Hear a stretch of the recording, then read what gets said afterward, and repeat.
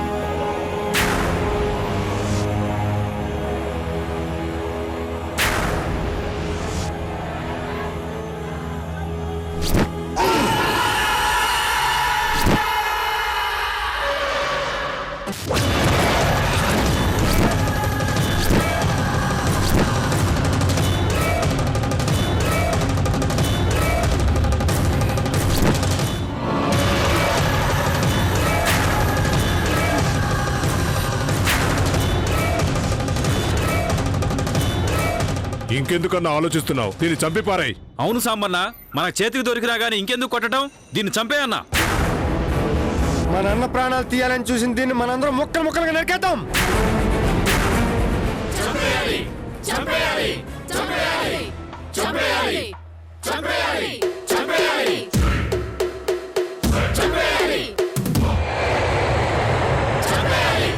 ఆగండి.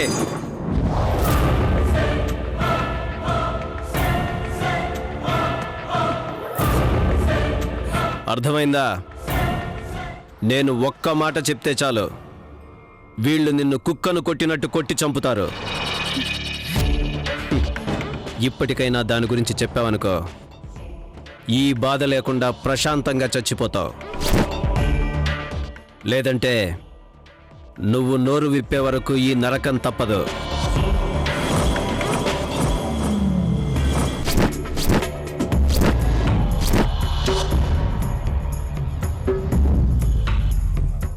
లాభం లేదు. నువ్వు మంచిగా చెప్తే వినే రకం కాదు. నీ సంగతి ఇవాళ తేలుస్తా.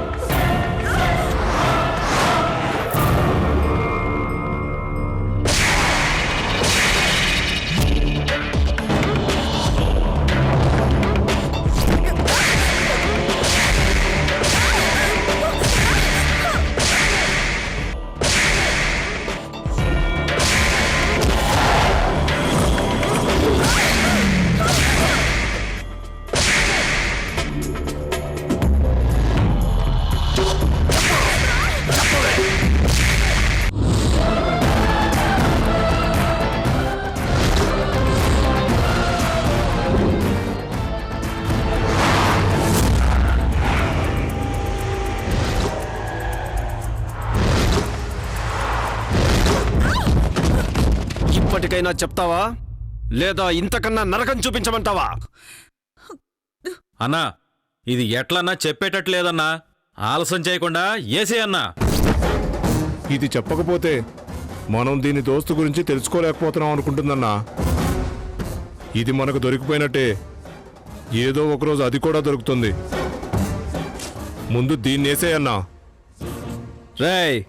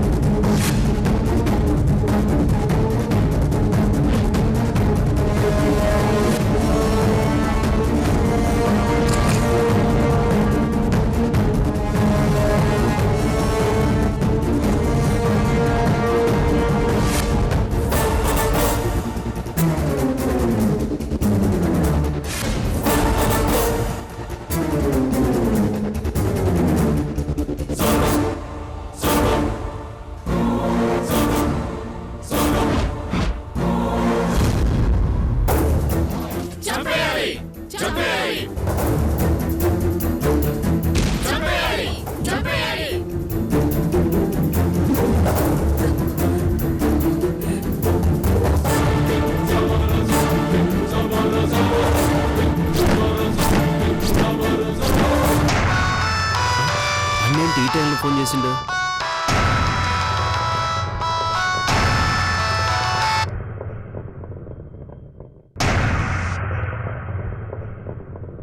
చెప్పన్నా. ఎక్కడున్నావు సాంబా? ఊళ్ళోనే ఉన్నానన్నా. నువ్వెక్కడున్నావు? మేము ఊరి పొలిమేరల దాకా వచ్చేసాం సాంబా. ఇంకా సేపట్లో ఇంటి దగ్గర ఉంటాం. నీతో కొంచెం మాట్లాడాలి. నువ్వెక్కడున్నా వెంటనే ఇంటికి వచ్చేసాయి. అట్లనే అన్నా. మీరు వచ్చేసరికి నేను కూడా ఇంటి దగ్గర ఉంటా.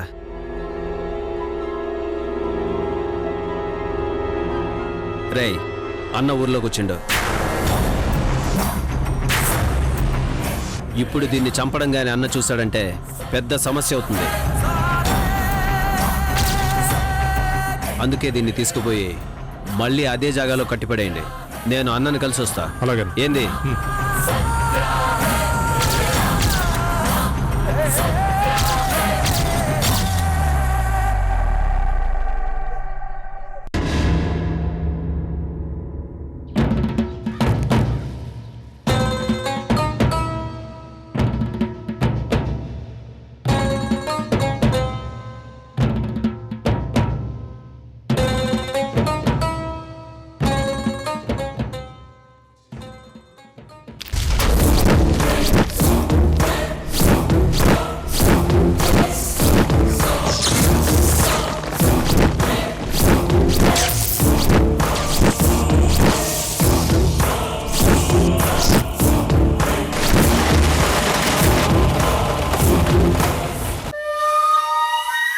ఏం చేస్తానని చెప్పి ఏం చేసావు పశుపతి?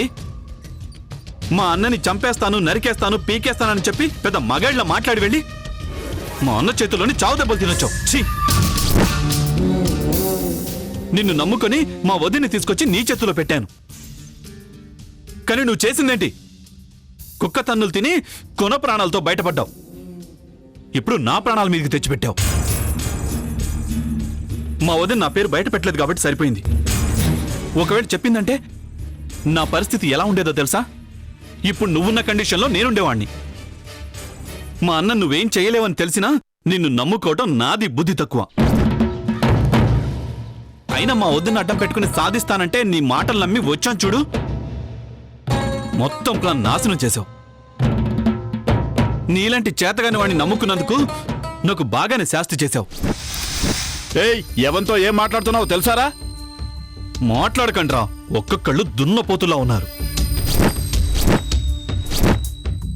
ఒక్క ఆడదాన్ని పట్టుకోవడం చేత కాలేదు, కానీ పౌరుషం మాత్రం పొడుచుకొస్తోంది. ఆవేశపడకు విరాట్. నా వల్ల పెద్ద పొరపాటే జరిగిందని ఒప్పుకుంటాను. అప్పుడే మీ అన్న అక్కడికి వస్తాడని నాకు మాత్రం ఏం తెలుసు చెప్పు? ఒక్కసారి ప్లాన్ చెడిపోయినంత మాత్రాన చేతకాని వాళ్ళు అనుకుంటే ఎట్లా?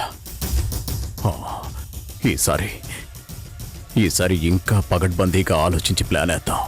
బాబు, నిన్ను నమ్మినందుకు ఇప్పటి వరకు జరిగింది చాలు. ఇప్పుడు మళ్ళీ నువ్వు ఏం చేయాల్సిన అవసరం లేదు. ముందు నువ్వు కోలుకోవడం గురించి ఆలోచించు. వస్తాను.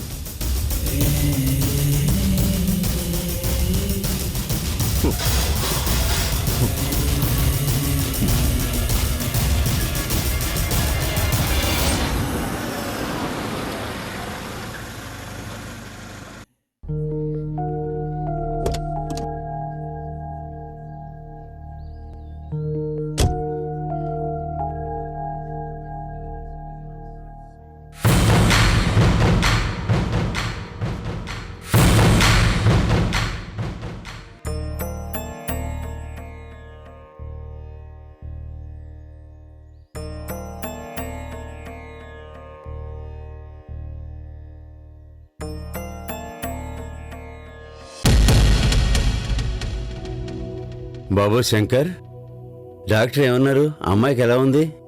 ఏం పర్వాలేదని చెప్పారు నాన్న. మందులు వాడితే తగ్గిపోతుందంట. కంగారు పడాల్సిందేమీ లేదన్నారు. మరి మన డాక్టర్ ఏమిట్రా జాండీస్ అని భయపెట్టాడు? వాళ్ళు అన్ని పరీక్షలు చేశారు నాన్న. ప్రాబ్లం ఏం లేదన్నారు.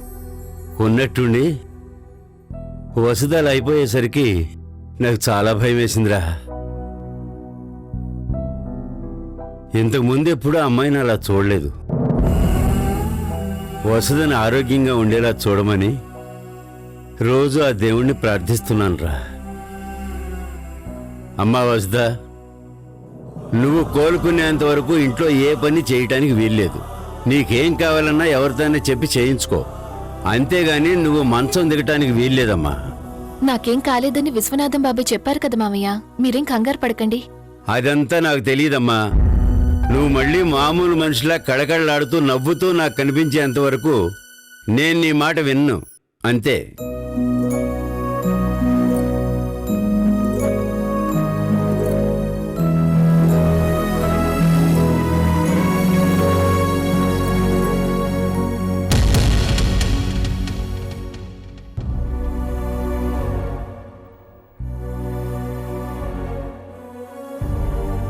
ఏమిట్రా అలా ఉన్నావు? అమ్మాయికి ఏమీ కాలేదని డాక్టర్ చెప్పారు కదా. ఏం లేదు మామయ్య, హైదరాబాద్ వెళ్ళినప్పుడల్లా ఏదో ఒక సంఘటన జరుగుతూనే ఉంది.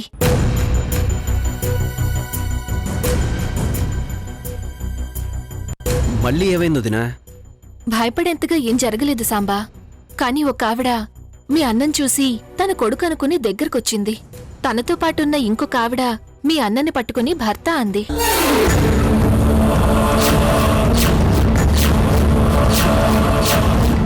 ఏమిటమ్మా నువ్వనేది? శంకర్ను చూసి తన కొడుకు అనుకుందా?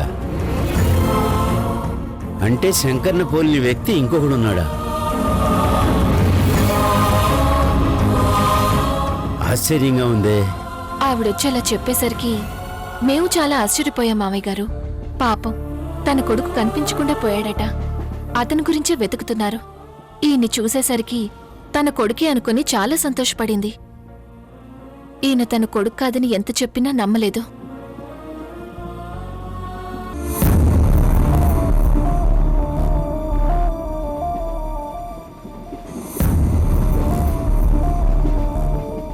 నిజానికి వాళ్ళని చూస్తే నాకు చాలా బాధేసింది మావయ్య గారు. కావలసిన వ్యక్తి కనిపించకుండా పోతే వాళ్ళెంత నరకం అనుభవిస్తారో నాకు తెలుసు.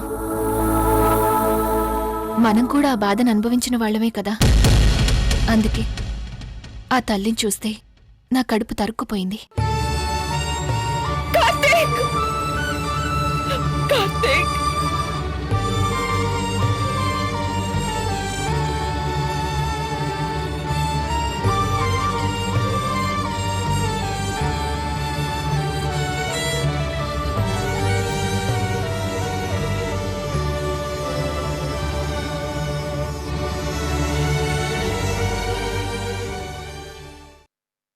ఆయన కూడా అదే ఆలోచనలో ఉన్నట్టున్నారు. అందుకే అలా ఉన్నారు. ఇంతకు మించి ఇంకేం లేదు మామయ్య గారు. ఏమిటోనమ్మా ఈ మాయదారి దేవుడు, అప్పుడే దుఃఖాన్నిస్తాడు, అప్పుడే సుఖాన్నిస్తాడు.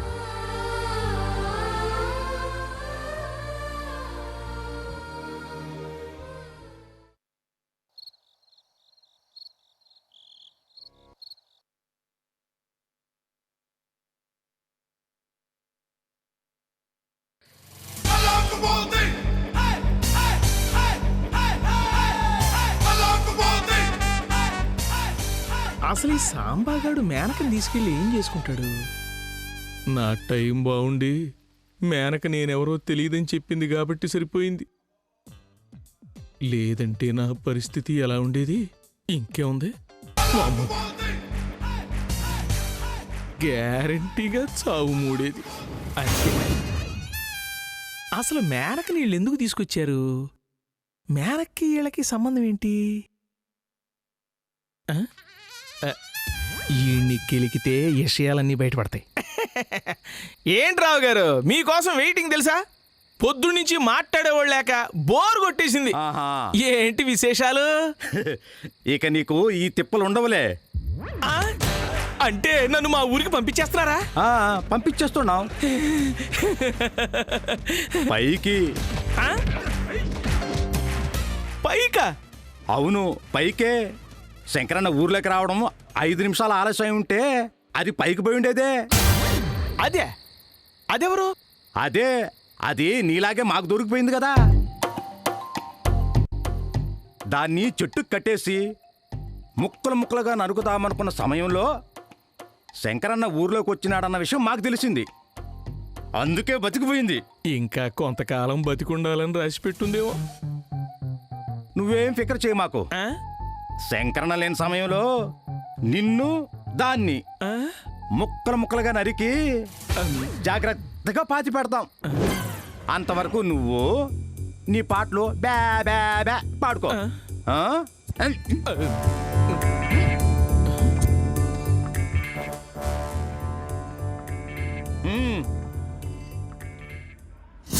వామ్మో, మేనక నాకు తెలీదు అన్నా చంపేస్తామన్నారంటే మరి రింగులు రాని సంగతి ఏంటి?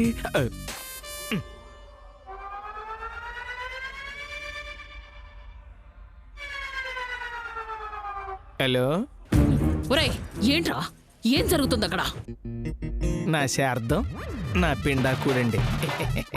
మేనకి ఇక్కడే ఉందండి.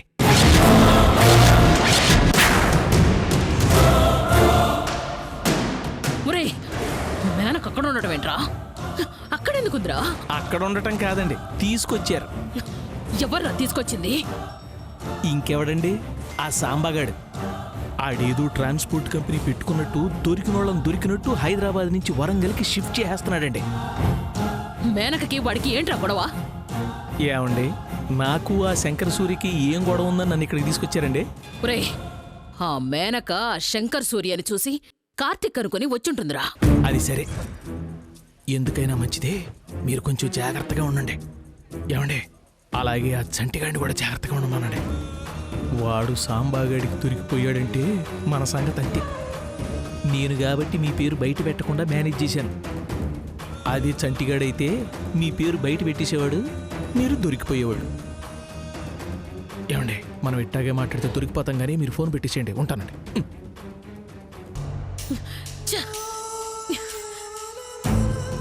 మేనకకు అక్కడేం పని? దాన్ని రుద్రవరం ఎందుకు తీసుకెళ్లారు? మేనకకు కూడా కార్తీక్ శంకర్ సూర్య ఒక్కరేనా లేక ఇద్దరు వేర్వేరా అని అనుమానం వచ్చుంటుంది.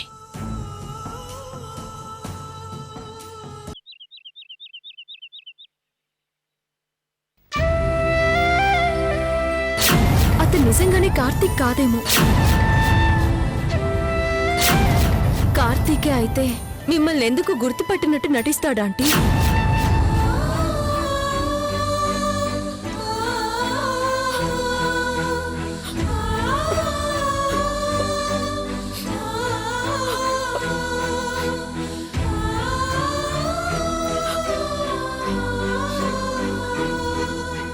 ఆంటీ, ఆ కన్నీళ్ళేంటి? మొన్న జరిగిన దాని గురించి ఇంకా ఆలోచిస్తున్నారా?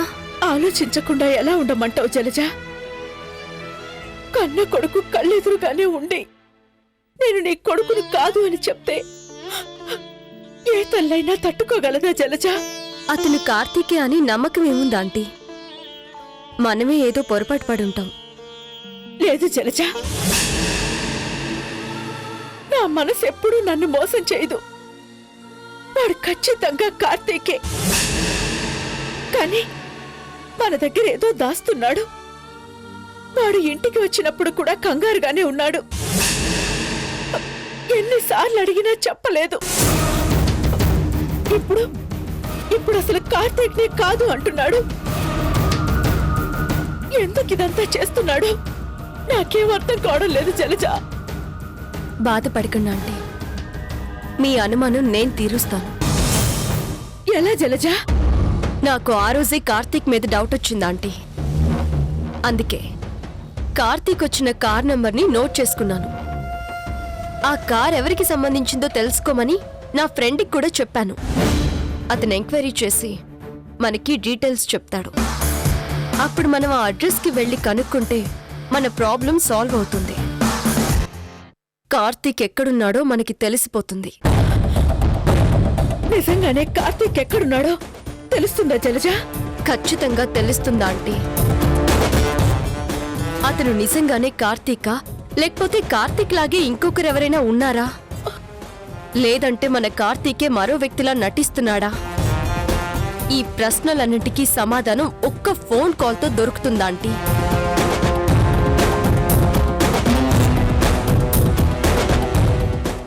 మొన్న వసుధ హాస్పిటల్కి వచ్చింది కదా, ఎలా ఉంది? వసుధ గర్భసంచి రోజు రోజుకి క్షీణిస్తుంది పెద్దయ్యా.